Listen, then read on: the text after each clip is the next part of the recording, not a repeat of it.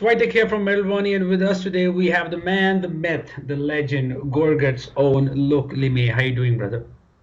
Good, good, good. Thanks for having me. And you must be really excited. You just got one more day on Friday. The EP Pleiades Dust comes out. I mean, it's been a long road, and album is already streaming, and I'm sure you've been getting a great response. But how's it been so far for you in terms of hearing, such great feedback from fans? Oh, I can complain, that's for sure. I'm very, very, very happy with all the feedbacks that we had. We just came back from a European tour that was like about 3 weeks ago, Yes. and we performed the whole record on the whole tour, and the response was very, very good. So I'm in a very happy place now, for sure. That's awesome. And you said you played the record in its entirety. So you kind of, played entire EP in like 33 minutes, or you had to break it down into pieces? No, no, no, no. We played the whole song like the record. Wow.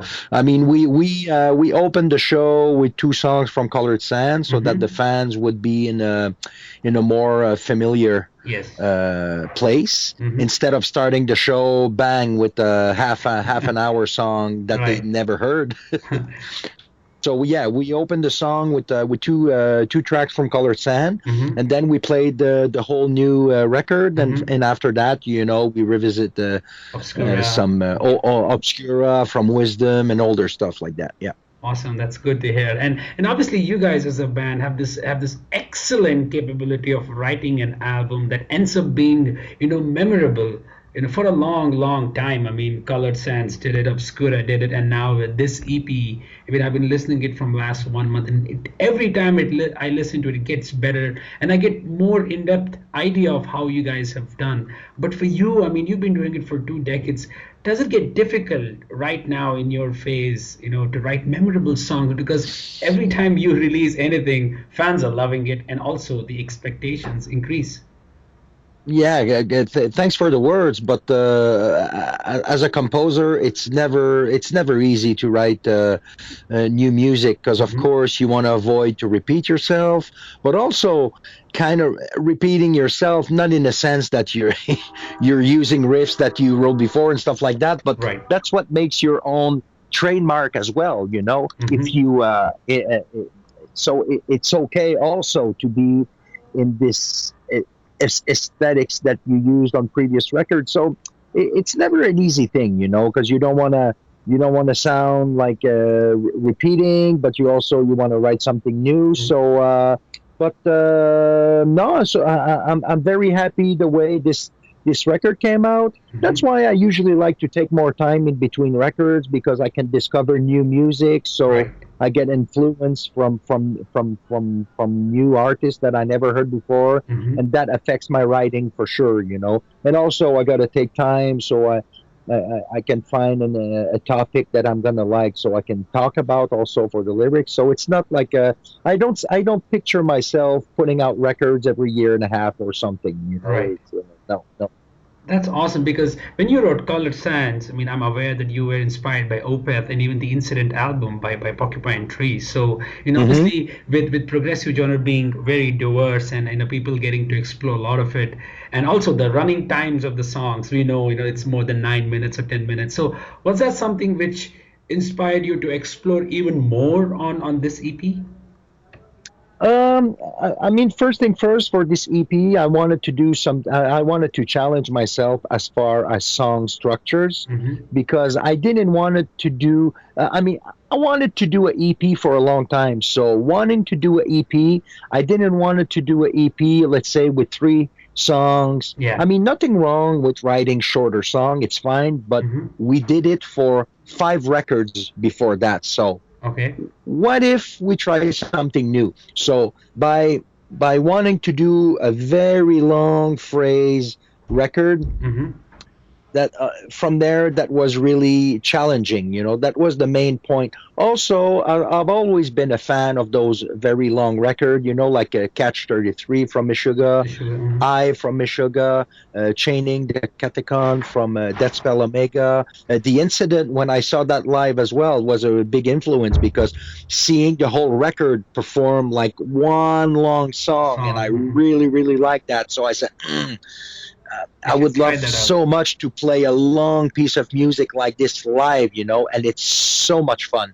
And I really get in a different state than playing shorter song. I mean, I'm not saying I'll never write shorter song again, but I really wanted to experience something different, So that was the main driving force for Behind that. this. That's good to Yeah. hear. And also, you are a trained, composer. You're a violinist. So the things which you're, classically, executed over the period of time, you've done that. And also, as a metalhead, you have this perfect, skill of blending the modern classical composition with the death metal sound. So, when you start writing songs, I mean, how is that idea which gets developed in your mind? I mean, is it like sometimes a riff is just the driving force, and then you bring in your classical influences into the songs? But the classical influence step in maybe in the arrangement department, and also in the song structure, and for the general form of the music. Let's say if you listen to like the Penderecki's, let's say like Violin Concerto number 2, and so mainly it's concertos like Cello Concerto number 2 as well. First Violin Concerto is like this. These are like single long piece of music. You can feel chapters into them, but if you isolate those parts, it doesn't really work as a single piece of music, Right. So that's the approach I wanted to have with the EP. I wanted to have this, so that's one of the main classical influence for Pleiades Dust, especially those, like I said, those Penderecki's concertos. That's what I wanted to achieve. And also, if you listen to those pieces from Penderecki, when he's gonna put a theme in place, I mean, it's not going to change within 30 seconds. Right, He's going to develop on it and phrase with it and go somewhere with it. Right. So that's what I wanted to do also with the record. Because if you're going to write a song for 30, 40 minutes, for my taste, I didn't picture myself having like 10 riffs in about 3-4 minutes. Like if you listen to the opening of the EP, you have like 2 or 3 riffs for about 4 minutes, 3-4 minutes. So you have time to you got. I'm using the riffs like character in a story. When you introduce them, you let the time to the listener to really assimilate them, and then we go to something else. But that's why you have a certain catchiness, because it can sound scary, we're going to sit down and listen to a 33-minute piece of music. But the way it's structured, we take the time to introduce each theme, and it doesn't feel like a half-hour song. It feels like maybe like a 8, 9, 10-minute song. It's like a journey.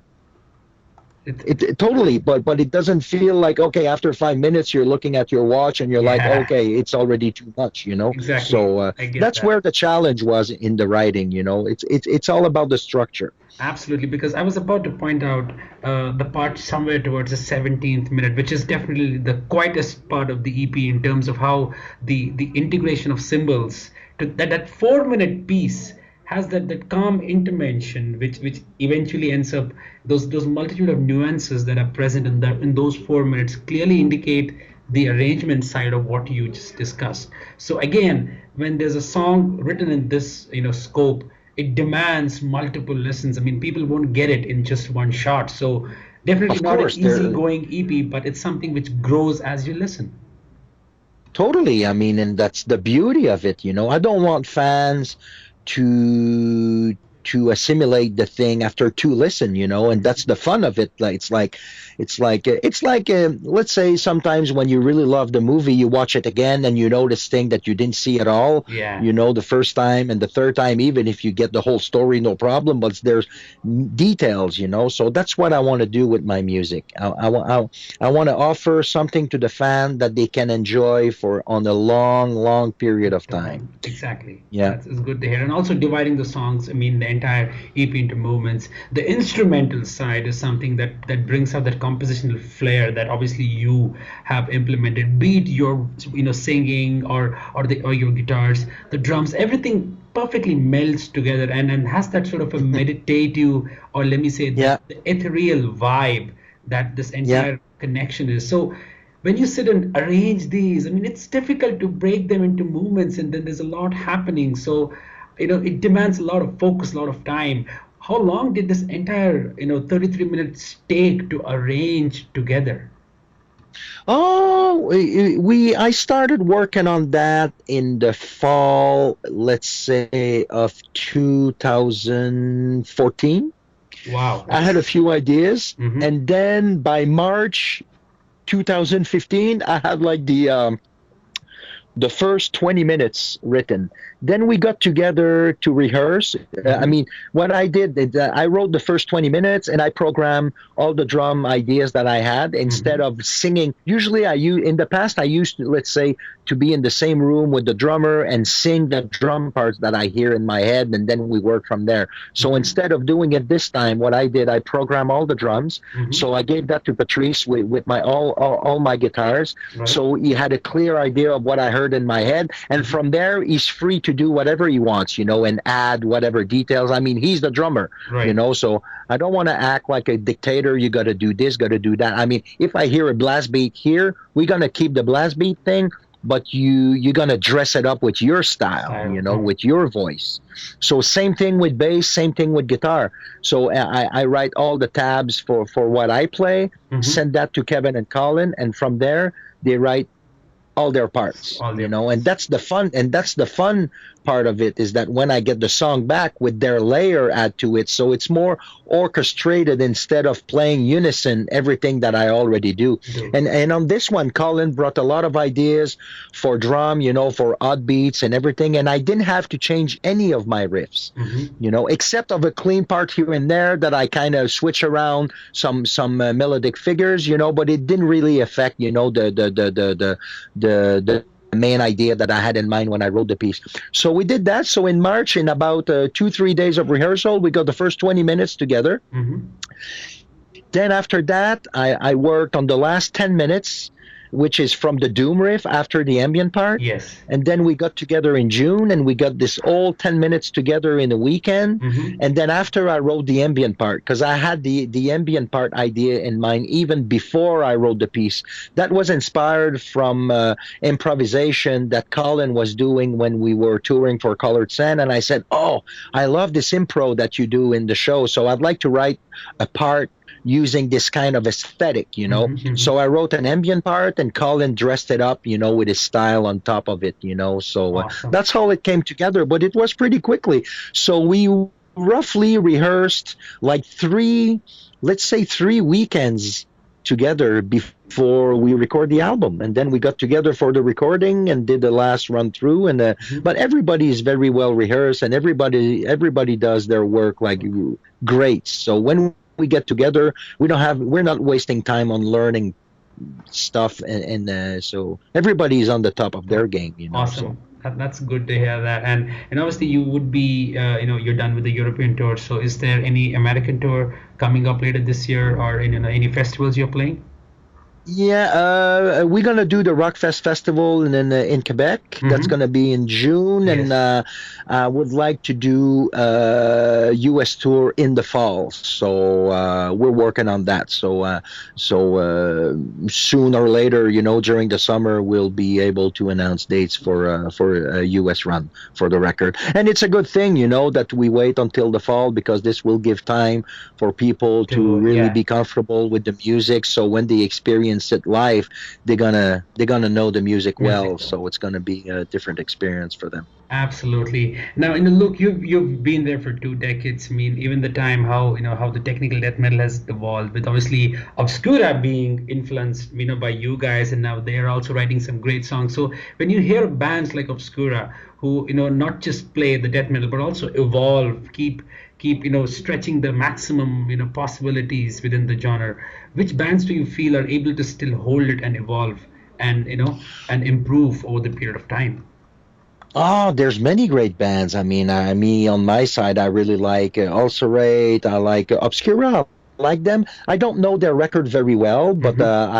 I watch many of their performance on the internet. I got to Hmm. meet the guy on tour as well.